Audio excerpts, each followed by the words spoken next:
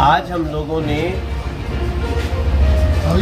एक अपनी पुरानी जो हमारी मांग थी, लोकायुक्त में हम गए थे कि दिल्ली के अंदर क्लासरूम बनाने में घोटाले हुए और उसको लोकायुक्त महोदय ने हमारी काफ़ी कोशिश के बाद हमारी बात को एक्सेप्ट करते हुए कि चलो इसमें हम जांच करते हैं।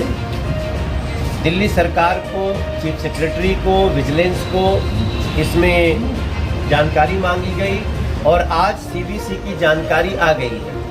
सीवीसी की जानकारी के अनुसार क्लासरूम घोटाला हुआ है और इस घोटाले को अरविंद केजरीवाल जी के डायरेक्शन पे किया गया है।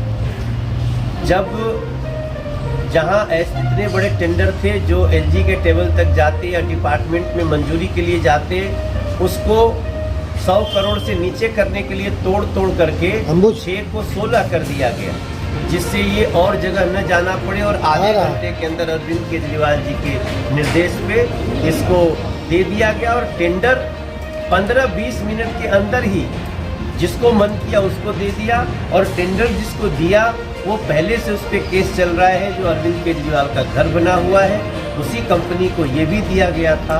इसलिए आज सीवीसी की रिपोर्ट बहुत महत्वपूर्ण है और हम इस आधार पे दिल्ली को ये बताते हुए कि अरविंद केजरीवाल जी का एक और घोटाला आया है सामने और हम भी चाहते हैं कि लोकायुक्त महोदय जल्दी से इस पर फैसला करें। हम इसके लिए अपनी लड़ाई लड़ेंगे, मगर दिल्ली को जानकारी रहे हम इस केस को सीबीआई में भी देने की संस्तुति करें। पार्टी की सरकार ने लगातार घोटाले पे घोटाले, भ्रष्टाचार पे भ्रष्टाचार, अपराध पे अपराध किया है। इससे कहना अतिशयोक्ति नहीं होगी कि आम आदमी पार्टी के शीर्ष नेताओं को देखें तो ये पूरी तरह से चोरों की बारात लगती है और उस चोरों की बारात के मुखिया अरविंद केजरीवाल बार बार अपने को सिद्ध करते हैं कि वो चोरों की बारात के मुखिया है। जैसा कि प्रवीण शंकर कपूर जी ने कहा और मेरे बाएं तरफ हरीश खुराना जी स्वयं बैठे हैं, नेता बख्शी जी जहां भी होंगे, कपिल मिश्रा जी जहां भी हैं, मैं उनको धन्यवाद देना चाहता हूं। और इस केस के लिए हमारे साथ प्रवेश वर्मा जी, हंसराज जी भी गए लोकायुक्त तक, उनको भी धन्यवाद देना चाहता हूँ। अच्छी शिक्षा बहुत आवश्यक है, इसमें कोई दो राय नहीं है और आर्थिक रूप से मजबूत परिवार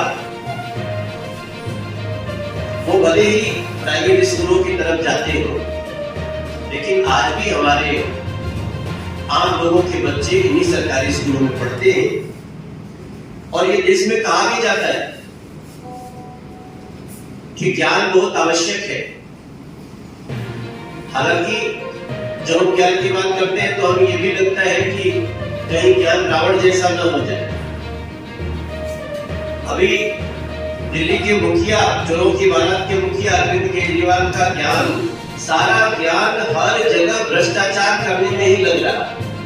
उसका एक एग्जाम्पल है, जब हम लोगों ने क्लासरूम घोटाले की बात करी थी, जब हम लोग इसको लेकर के आगे बढ़े थे, पता चला था कि एक कमरा 32-32 लाख रुपए में बन रहा है, तो मन को शंका हुई ये क्या हो रहा है, क्योंकि वही एमसीडी के परमानेंट स्ट्रक्चर, आज फिर आपसे याद दिलाऊंगा कि पीएस और एसपीएस, परमानेंट स्ट्रक्चर और सेमी परमानेंट स्ट्रक्चर, दो शब्द चलते हैं दिल्ली में जब भी हम कोई इमारत बनाते हैं। और ये दिल्ली की भारतीय जनता पार्टी के समय की एमसीडी परमानेंट स्ट्रक्चर बनाती थी लगभग 9.5 लाख रुपए में एक कमरे के। वहां दिल्ली की आम आदमी पार्टी की सरकार ने 32 लाख में बनाए सेमी परमानेंट स्ट्रक्चर, काटर पटिया वाली छत, जो कि सेमी परमानेंट मतलब कभी भी उसको उखाड़ के रखा जा सके, और उसकी कीमत 32 लाख।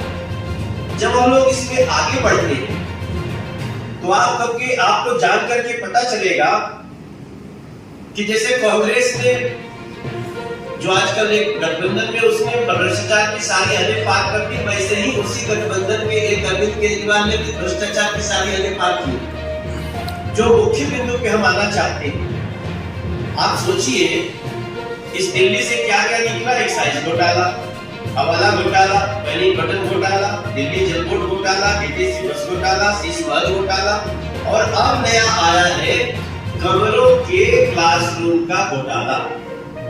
एक और घोटाला, इसलिए मैंने कहा चोरों की बारात की मुखिया। अब सबसे जो इंटरेस्टिंग बात है, हमारे पास सीबीसी की रिपोर्ट आई, किसके मामले पे आई है? लोकायुक्त के मामले पे आई। उस लोकायुक्त में जहां ये लोग कोशिश करते हैं कि केस ही पहले तो इसको सुनाई ना जाए, हम लोग अपनी न्याय की आशा में और अपनी जिद पे, अपनी सच्चाई पे अड़े रहे। रिपोर्ट कहती है, मैं पढ़ना चाहता हूं, आई वांट टू कोट सब ऑनरेबल सीएम यानी अरविंद केजरीवाल। उसमें क्या कहा जाता है, मैं कुछ लाइनें पढ़ना चाहता हूं। ये कहते हैं